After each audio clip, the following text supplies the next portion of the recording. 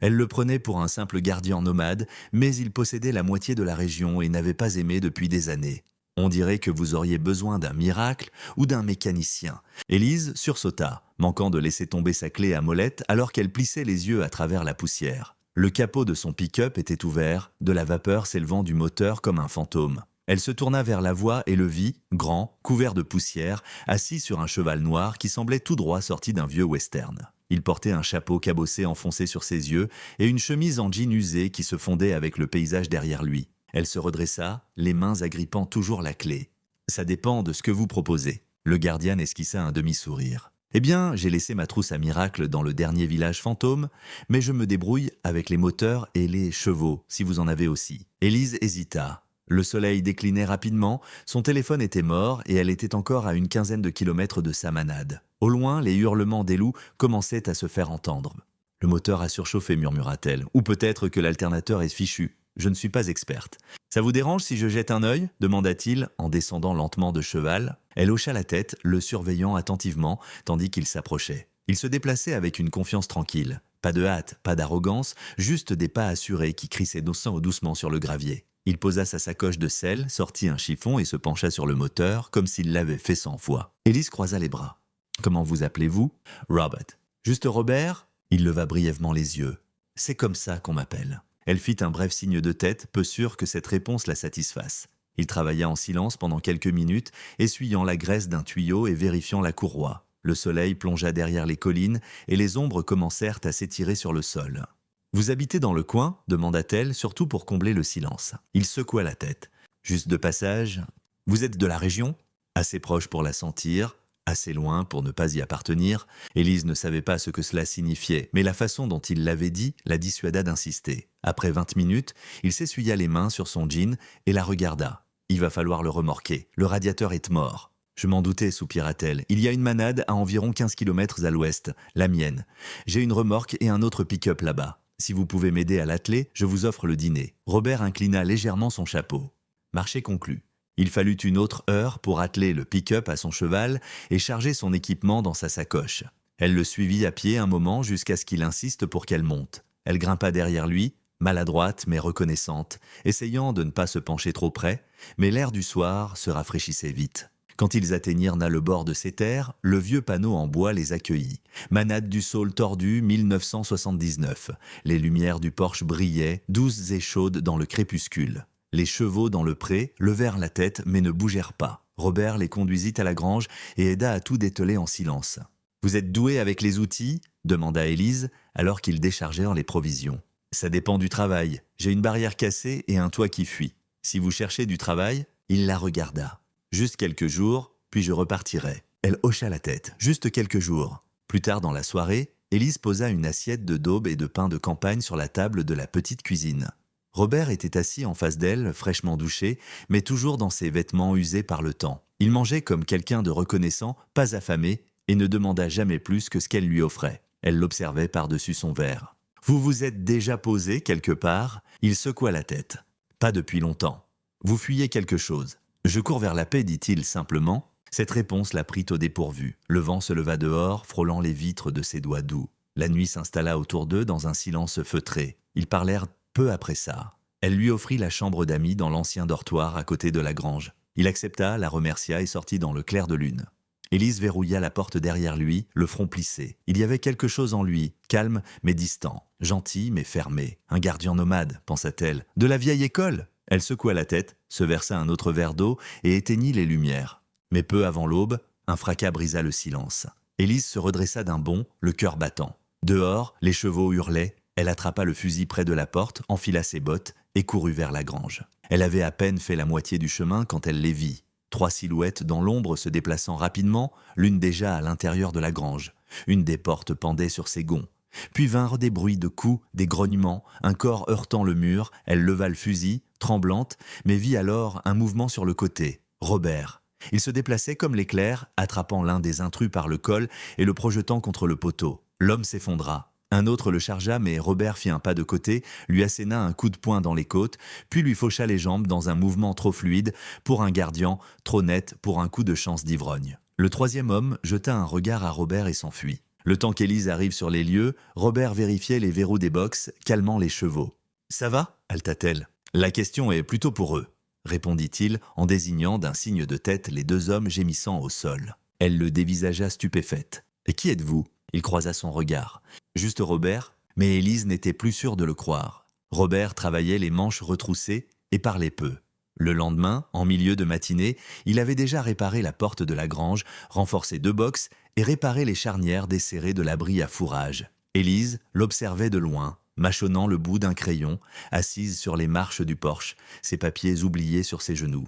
Elle avait vu des hommes, mûrs, pliés sous le poids d'un cheval têtu ou maudire leur sort en réparant une simple barrière. Mais Robert, lui, se déplaçait avec un rythme tranquille, comme s'il n'avait rien à prouver. Ses mains étaient stables, précises, calleuses, mais pas négligentes. Il ne se pressait pas, il ne se vantait pas. Il réparait, tout simplement. Et cela la troublait plus que l'effraction de la nuit précédente. Élise attendit que le dernier clou soit planté avant de s'approcher. Il s'essuya le front et se tourna vers elle comme s'il savait déjà qu'elle était là. « Merci, dit-elle, pour la nuit dernière. » Il hocha la tête. « Vous avez souvent des ennuis par ici ? Parfois, des terres comme celle-ci attirent l'intérêt, surtout de ceux qui veulent se prendre ce qu'ils n'ont pas gagné. » Robert ne répondit pas. Il se dirigea vers l'abreuvoir et s'aspergea le visage d'eau. « Vous avez appris à vous battre comme ça dans une bagarre de bar ?» demanda-t-elle en croisant les bras. Robert leva les yeux, l'eau dégoulinant de sa mâchoire. « Pas exactement.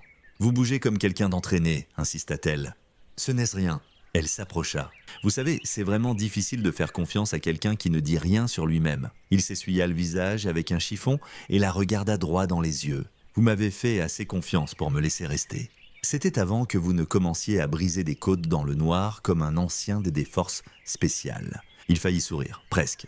Je vous ai dit juste Robert. Et je vous ai dit que ça ne passait pas ici. Soit vous fuyez quelque chose, soit vous cachez quelque chose, soit les deux. Alors c'est quoi ? Robert regarda par-delà le pré.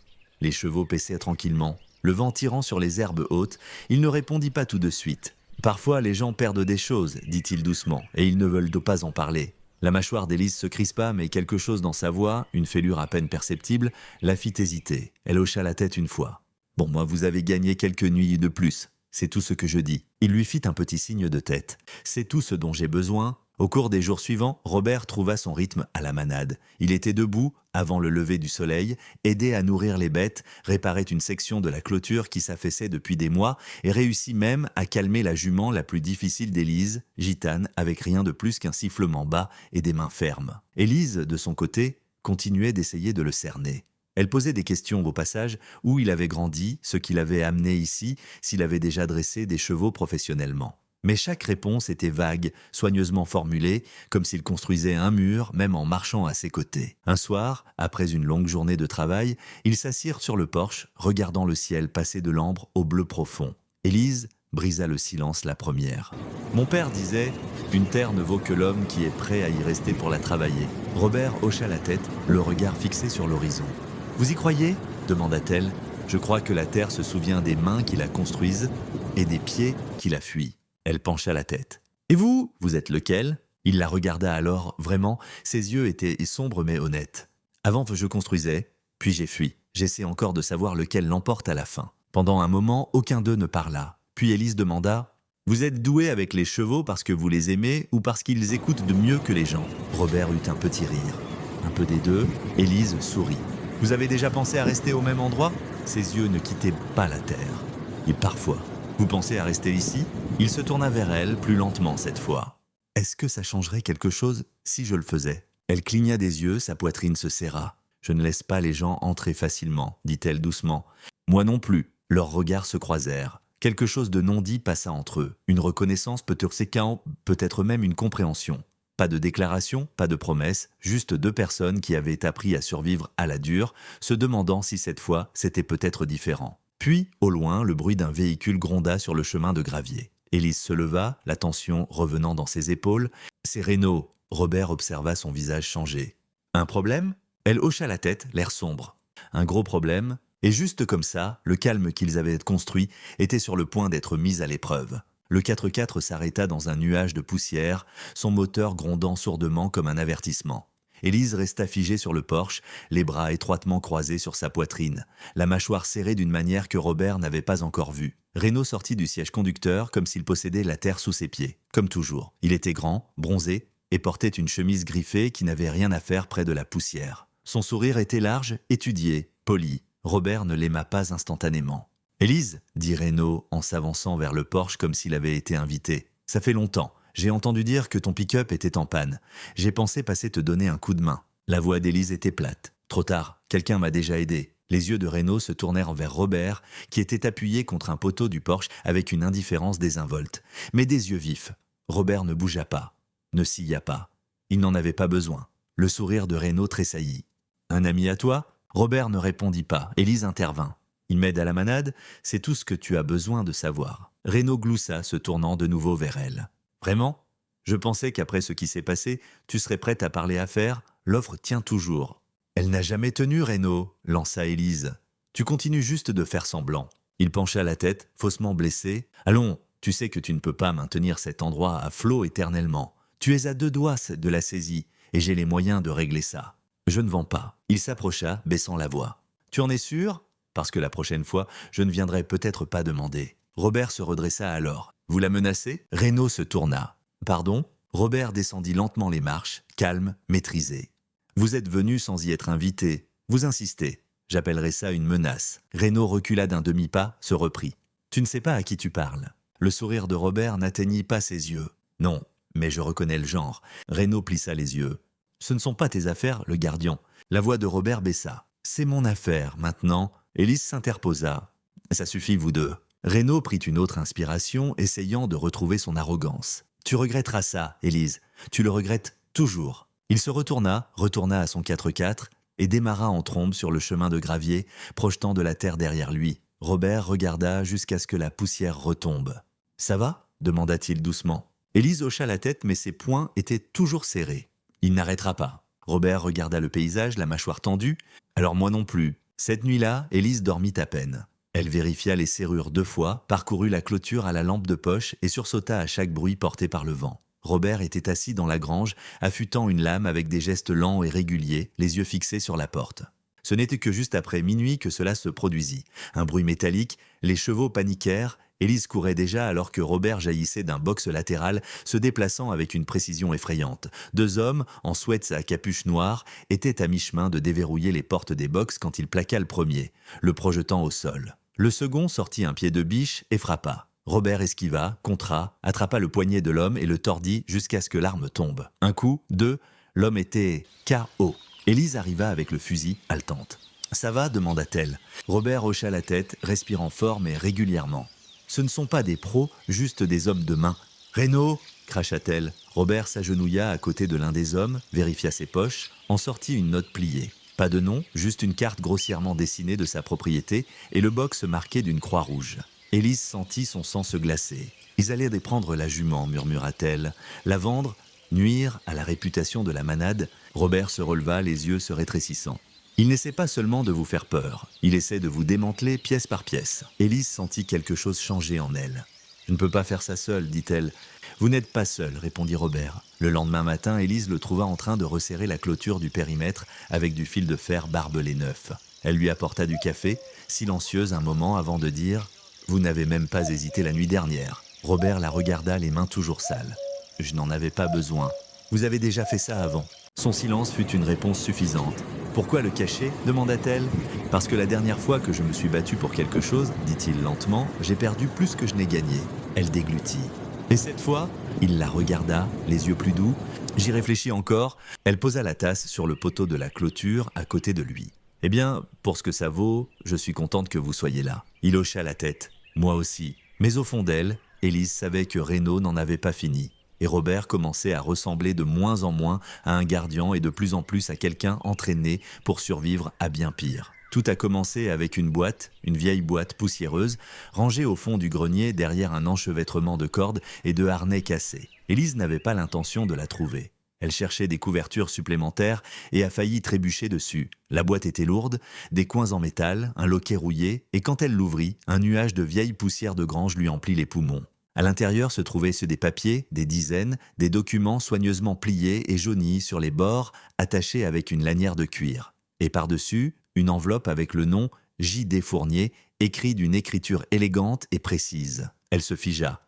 J. Desfournier. Ce n'était pas un nom qu'elle entendait souvent, mais elle s'en souvenait. Tout le monde s'en souvenait. Des années auparavant, il avait fait la une des journaux. Robert Desfournier, l'associé silencieux derrière les plus grandes acquisitions de terres et de pétrole de la région, l'homme qui avait tranquillement amassé un empire à l'âge de 35 ans, puis avait disparu. Évanoui, disait-on, après que sa fiancée soit morte dans le crash d'un avion privé en route pour un gala de charité. Les rumeurs allaient bon train, chagrin, scandale, culpabilité, trahison. Certains prétendaient qu'il avait tout perdu dans un rachat silencieux. D'autres chuchotaient qu'il avait mis en scène sa propre mort. Élise fixa l'enveloppe, puis sortit les documents. Des titres de propriété, des actes notariés, des papiers de fiducie et des lettres juridiques. La plupart portaient sa signature. Robert. Mais pas seulement Robert, son cœur s'emballa. Elle descendit de l'échelle, les mains tremblantes, et se dirigea directement vers la maison. Elle avait besoin d'une confirmation. Elle alluma son vieil ordinateur portable, googla le nom, et il était là. Une version plus jeune, rasée de près, aux traits plus nets, vêtue de costumes valant plus que son pick-up, mais les yeux étaient les mêmes. C'était lui, Robert. Robert Desfournier, l'homme qui avait possédé la moitié de la région, l'homme qui dormait dans son dortoir, l'homme qui n'avait pas aimé depuis des années. Elle le trouva dans le pré, plus tard dans la soirée, vérifiant la clôture avec l'un des jeunes poulains le suivant comme une ombre. Il leva les yeux à son approche, lisant sur son visage, avant qu'elle ne dise un mot. « Vous l'avez trouvé » dit-il doucement. Élise ne répondit pas. Elle se tenait juste là, les papiers à la main, la trahison dans la voix. « Vous m'avez menti. » Robert expira lentement. « Je n'ai pas menti, je n'ai simplement rien dit. Vous m'avez laissé croire que vous étiez un gardien errant, un nomade avec un passé tranquille et quelques regrets. Vous m'avez laissé vous faire confiance. Je ne vous l'ai jamais demandé, dit-il sans méchanceté. Mais vous saviez que je le faisais ?» Il hocha la tête. « Oui. » Élise fit les 100 pas, sa voix tremblante. « Vous êtes Robert Fournier. Vous êtes le type qui a disparu après que son empire se soit effondré. »« Il ne s'est pas effondré, répondit-il. Je l'ai quitté. » Elle se tourna vers lui, les yeux vifs. « Pourquoi ?» Il marqua une pause. « Parce que j'ai construit quelque chose que je pensais qui changerait le monde. Et quand le monde l'a brisé, il ne me restait plus que le silence. » Elle ne parla pas. Le vent soufflait doucement autour d'eux, agitant l'herbe sèche. Robert s'approcha. « Je n'ai jamais eu l'intention de vous tromper. Je voulais juste être quelqu'un d'autre pendant un petit moment. Un endroit où les gens ne voyaient pas l'argent, l'héritage ou l'échec. Ils voyaient un homme avec un marteau et un cheval, dit-elle, la voix amère, et vous les avez laissés faire.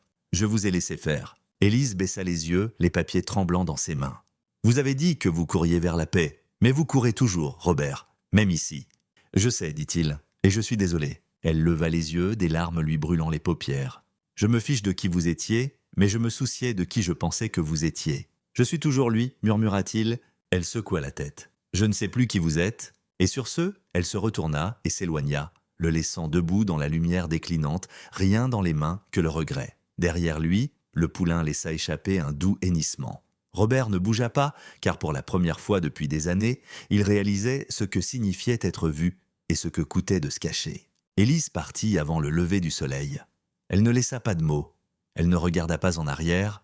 La boîte de documents reposait intacte sur la table de la cuisine, un monument silencieux à tout ce qu'elle pensait savoir et à tout ce qu'elle remettait maintenant en question. Elle ne prit qu'un sac de sport et conduisit son pick-up de rechange en ville, ayant besoin d'espace, d'air, de quelque chose qui n'était pas Robert Fournier. Elle détestait ce nom car il signifiait que tout ce qu'elle avait ressenti, chaque étincelle de confiance, de connexion, était construit sur une demi-vérité. L'homme qui réparait ses clôtures et montait ses juments nerveuses, en silence, n'était pas seulement Robert. C'était un millionnaire en fuite, un homme avec plus de pouvoir qu'il ne le laissait paraître, un homme qui avait observé le monde depuis les ombres en lui laissant croire qu'il n'en avait aucune. À la sortie de la ville, elle réserva une chambre dans une petite auberge de bord de route et essaya de ne pas penser. Mais le silence y était plus lourd que dans le pré. Plus tard dans la journée, elle passa devant la quincaillerie sur la rue principale et s'arrêta en entendant son nom chuchoter derrière elle. « Élise, tu as vu les nouvelles ?» Elle se tourna pour trouver un éleveur plus âgé qu'elle reconnaissait vaguement. Thomson, peut-être. Il tenait un journal local froissé. 2 autres familles l'ont pressé de vendre, Renault Développement étant son empreinte. Elle le lui arracha des mains. Le titre était mauvais. L'article était pire. Renault, son ex, achetait des terres rapidement, trop rapidement. Chaque famille qui avait reçu une de ces invitations avait soit quitté la ville discrètement, soit s'était retrouvée dans des batailles juridiques qu'elle ne pouvait pas se permettre. Il ne menaçait plus seulement, il exécutait. La dernière ligne lui tordit l'estomac. Exécutant sans résistance. Renault Développement prévoit de commencer les travaux d'ici 3 mois à la lisière sud de la manade du Saule tordu. Sa terre, sa maison, les pièces du puzzle s'emboîtèrent. La pression, les menaces, l'effraction, les attaques ciblées, Renault ne s'en prenait pas seulement à elle. Il balayait la vallée, étouffant sa vie, acte après acte, et elle s'était éloignée du seul homme qui pouvait l'arrêter. Cette nuit-là, le vent fouettait fort la fenêtre de son motel. Élise était assise au petit bureau, fixant le journal plié à côté de son dîner intact. Chaque souvenir de Robert tourbillonnait dans sa tête. Sa force tranquille, la façon dont il se levait toujours à l'aube, les cicatrices sur ses jointures, la tristesse derrière ses yeux. Il ne lui avait pas menti pour la blesser. Il s'était caché pour protéger le peu de lui-même qui restait. Et elle avait fui, non pas parce qu'il n'était pas celui qu'il prétendait être, mais parce qu'au fond, il était devenu quelqu'un qu'elle pourrait aimer. Et cela la terrifiait. Mais maintenant, l'amour n'était pas la question. Renaud était en train de gagner, et Élise avait besoin de quelqu'un qui non seulement se souciait d'elle, mais qui pouvait se battre. À l'aube, elle retourna à la manade. C'était calme. La barrière d'entrée était ouverte. L'air sentait la poussière et les chevaux, et quelque chose de plus profond, quelque chose comme un retour. Elle le trouva dans la grange. Robert brossait l'un des poulains, les manches retroussées, ses mouvements réguliers, comme si rien ne s'était brisé entre eux. Elle ne parla pas au début, se contentant de le regarder. Il se tourna, et quand leurs yeux se croisèrent, il n'y avait ni colère, ni exigence, seulement de l'attente. « J'ai lu les nouvelles, dit-elle. Il hocha la tête. Il avance plus vite que nous le pensions. Je sais, elle s'approcha. Je suis partie. Je le sais aussi. Il y eut une longue pause, sa gorge se serra. Je ne suis pas revenu pour des excuses ou une explication. Robert la regarda attentivement. Alors pourquoi êtes-vous revenu ? Parce que j'ai besoin de vous, dit-elle. Pas seulement l'homme avec une clé à molette et une voix douce. J'ai besoin de Robert Fournier, l'homme qui a construit la moitié de la région. L'homme qui peut arrêter Renaud avant qu'il ne brûle tout. Ses yeux s'adoucirent. Vous en êtes sûr ? Je ne suis sûr de rien, dit-elle. Sauf que vous n'avez jamais cessé de vous battre, même quand personne ne le voyait. Il s'avança. Et je n'ai jamais cessé de vouloir protéger cet endroit où vous. Élise retint ses larmes. Alors, qu'est-ce qu'on fait maintenant ? Demanda-t-elle. Robert prit un dossier sur le banc, un dossier juridique marqué en gras, Renault Holdings SAS. On fait un plan, dit-il, et ensuite on le fait savoir, bruyamment. Ensemble, ils sortirent dans la lumière du matin. Renault avait le pouvoir, mais ils avaient un but. Et peut-être, juste peut-être, que c'était suffisant pour gagner. 3 jours plus tard, la vieille salle des fêtes du village était bondée. Robert se tenait à l'avant, les manches retroussées, sans cravate, sa voix basse mais claire. Un grand chevalet derrière lui affichait des cartes, des actes de propriété et une suite de connexions, des noms de sociétés écrans, des transferts immobiliers et des empreintes financières qui menaient inévitablement à un seul homme, Renaud. Élise se tenait à ses côtés, scrutant la foule. Des agriculteurs, des enseignants, des éleveurs, certains en colère, d'autres effrayés, tous fatigués de se taire. « Je sais que je ne vous ai pas donné de raison de me faire confiance, » dit Robert. « Mais vous savez tous que l'offre de Renaud n'est pas des affaires, c'est de la pression. Vous l'avez vu, ressenti. J'ai vu ce qui arrive quand des hommes comme lui ne sont pas contrôlés. Et j'en ai assez de regarder. » Il brandit une liasse de documents. « Ce sont des dépôts légaux pour une injonction. Je couvrirai les frais. Vous avez juste besoin d'être avec nous. » La salle était silencieuse. Puis une femme plus âgée leva la main. « Vous êtes vraiment Fournier ?» Robert hocha la tête. « Oui, madame. » « Alors pourquoi nous aider maintenant ?» Il marqua une pause. « Parce que je ne l'ai pas fait avant et j'aurais dû. » Un murmure parcourut la salle. Un par un, les gens hochèrent la tête, puis se levèrent. À la fin de l'heure, 25 signatures figuraient sur les documents, assez pour retarder le projet de Renaud, mais ils savaient tous qu'ils ne prendraient pas ça sans réagir. Cette nuit-là, Robert faisait les 100 pas dans la grange, le téléphone collé à l'oreille. « Oui, nous avons déposé. L'injonction prend effet demain matin à la 1re heure, dit-il. Ce qui signifie que Renaud n'a plus d'option, à moins qu'il n'utilise la force. » Il raccrocha. Élise se tenait dans l'embrasure de la porte. « Tu penses qu'il viendra ?» Robert hocha la tête. « Il le doit. » À minuit, le bruit des moteurs déchira le silence. L'estomac d'Élise se noua. « Ils sont là. » Robert lui tendit une lampe de poche et un talkie-walkie. « Sors par derrière. Appelle le capitaine Lang de la gendarmerie. Dis-lui ce qui se passe. Je ne te laisse pas. »« Je ne te le demande pas, dit-il. » Mais elle ne bougea pas. Robert expira. « Alors reste près de moi. » Ils se glissèrent dans l'ombre. Des phares s'allumèrent de l'autre côté du pré. Au moins 3 véhicules. Des silhouettes en sortirent. Des faisceaux de lampes de poche balayaient le terrain. La voix de Renaud résonna. froide et arrogante. Robert, sors de là. On sait tous les deux que cette terre ne vaut rien sans qu'il y ait du sang dessus. Robert apparut, son fusil de chasse baissé, mais prêt. Tu as fait ton coup, maintenant recule. Renaud gronda. Tu crois que de la paperasse va m'arrêter? Non, dit Robert, mais des témoins, oui. Des sirènes résonnèrent au loin. Renaud jura. Tu as appelé les flics? La prise de Robert se resserra. Non, c'était Lise. Renaud se tourna juste au moment où elle sortait de derrière lui, son fusil pointé. Recule, Renaud. Il se jeta sur elle. Un coup de feu claqua dans la nuit. Renaud tomba sur un genou, se tenant le flanc, ses hommes se dispersant dans l'obscurité. Élise courut vers Robert, le cœur battant. « Ça va ?» Il hocha la tête, bien qu'une entaille saignait à sa tempe.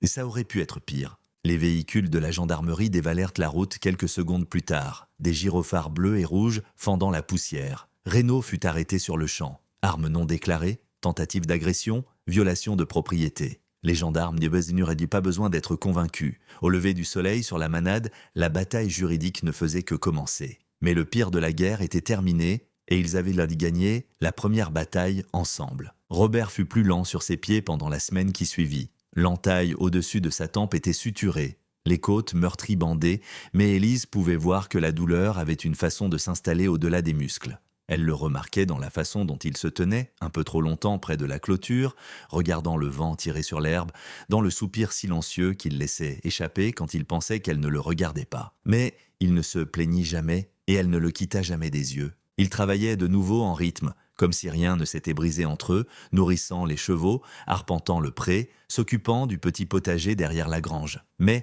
il y avait quelque chose de plus doux maintenant dans leur silence, quelque chose de compris. Un soir, alors que le soleil glissait derrière les collines et peignait le ciel de traînées chaudes de pêche et de roses, Élise le trouva assis près de l'enclos, brossant gitane avec des gestes lents et réguliers. « Tu vas la gâter ?» dit-elle avec un doux sourire. « Elle le mérite » répondit Robert, passant sa main sur l'encolure de la jument. « On le mérite tous de temps en temps. » Élise le rejoignit sur le banc, croisant les mains sur ses genoux. « Tu penses à ce qui vient après ?» demanda-t-elle. Robert ne répondit pas tout de suite. Chaque jour, il la regarda les yeux stables. Avant, je pensais que j'étais fait pour construire des choses, des contrats, des projets, des empires. Mais dernièrement, il laissa sa phrase en suspens, son regard dérivant vers les collines. Je veux juste construire quelque chose qui dure, quelque chose de calme, quelque chose de vrai. Élise déglutit difficilement. Tu as ? Robert plongea la main dans la poche de sa veste et en sortit une petite boîte usée.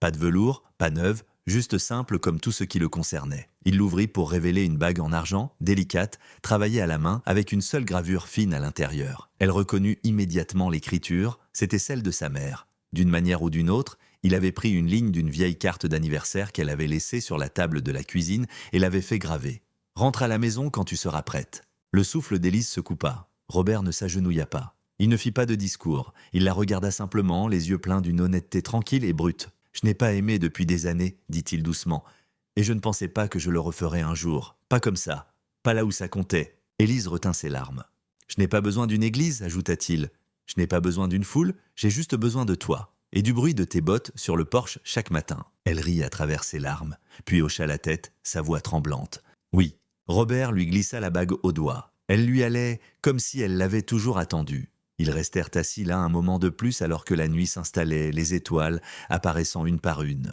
Pas de fanfare, pas d'éclat, juste deux personnes se choisissant tranquillement, complètement. Après tout le bruit, après les combats, après le long chemin de deuil et de cœur gardé, ils étaient rentrés à la maison, et cette fois, ils y resteraient. Un an plus tard, les collines autour de la manade étaient donc plus vertes qu'elles ne l'avaient été depuis des décennies. Une lente pluie de printemps était passée, faisant éclore des fleurs sauvages sur la terre battue. Les chevaux parcourèrent le pré, leurs crinières flottant dans la brise.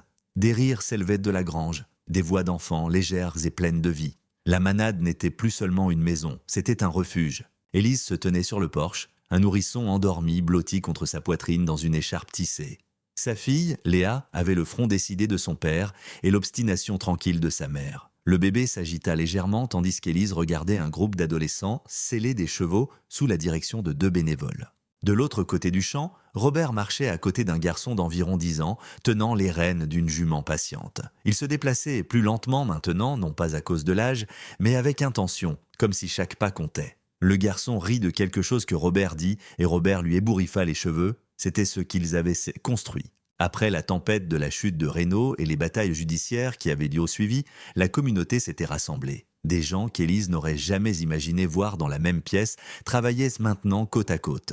La manade était devenue un centre à but non lucratif, offrant une thérapie équine aux vétérans, aux jeunes à risque et aux familles qui avaient trop perdu. Robert ne mit jamais son nom sur quoi que ce soit. Il ne voulait pas d'attention, il voulait juste donner en retour. Élise descendit les marches du porche, attentive à la tête de Léa blottie sous sa main. Robert la vit de l'autre côté de l'enclos et sourit, ce sourire tranquille et facile qui la faisait encore fondre à chaque fois. « Bonjour, Madame Fournier », lança-t-il. « Vous êtes en retard pour le petit déjeuner, Monsieur Fournier ?» Il la rejoignit à mi-chemin, l'embrassant doucement sur le front avant de jeter un coup d'œil au bébé endormi. Elle est KO comme son père après une journée de clôture. Robert gloussa. C'est juste.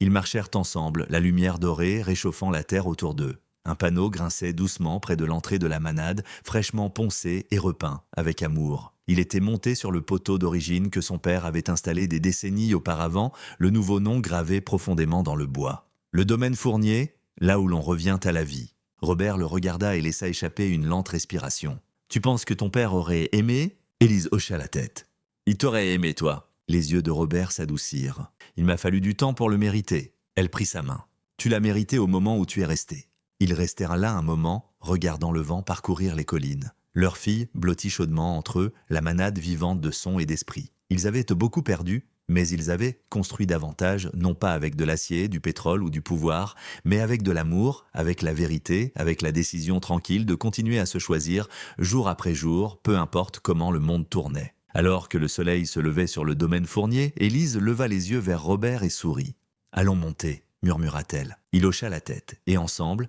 avec Léa en sécurité contre la poitrine de sa mère, ils sellèrent les 2 chevaux et montèrent lentement le sentier de la crête vers le même sommet où Robert avait autrefois observé la terre, seul, pensant qu'il n'appartiendrait plus jamais. Mais maintenant, au sommet, il ne regardait plus en bas comme un nomade ou un fantôme de ce qu'il avait été, mais comme un mari, un père, un homme qui était revenu à la vie exactement là où il était censé être. Parfois, les plus puissantes histoires d'amour ne naissent pas de grands gestes ou de débuts parfaits, mais de morceaux brisés, reconstruits lentement avec des mains fermes et des cœurs tranquilles. Robert et Élise ne se sont pas seulement trouvés. Ils ont trouvé la guérison, un but, et le genre de foyer qui ne peut être acheté, seulement construit. Parce que l'amour, le vrai amour, ne concerne pas qui vous étiez. Il s'agit de qui vous choisissez de devenir ensemble. Bien sûr, voici le texte demandé. Maintenant, j'aimerais prendre un moment pour échanger avec vous qui m'écoutez. J'ai une petite question par simple curiosité et pour mieux nous connaître. Quel âge avez-vous? Que vous soyez dans la vingtaine, la quarantaine ou que vous ayez la sagesse de nombreuses années, votre perspective est unique et précieuse. Et justement, en parlant de perspective, j'aimerais beaucoup savoir ce que vous avez pensé de cette histoire que nous venons de partager. Comment l'avez-vous ressentie? Vous a-t-elle touché, fait sourire ou peut-être même interpellé? A-t-elle réveillé en vous un souvenir ou une émotion particulière? Avant que vous ne répondiez, je veux vous envoyer mes pensées les plus sincères. Du plus profond de mon cœur, je prie pour que la paix et la sérénité vous accompagnent toujours. Dans ce monde parfois agité, je vous souhaite de trouver des moments de calme, de tranquillité et de paix intérieure. Alors, maintenant, je vous le demande, qu'est-ce que cette histoire vous inspire? Quelle est la première idée ou le premier sentiment qui vous vient à l'esprit en y repensant? N'hésitez pas à partager vos réflexions. Il n'y a pas de bonne ou de mauvaise réponse, seulement votre ressenti. Et il est très important. Pour finir, je tiens à vous adresser à toutes et à tous mes vœux les plus chers. Je vous souhaite une excellente santé, car c'est le bien le plus précieux. Et par-dessus tout, je vous souhaite encore et toujours la paix et la sérénité.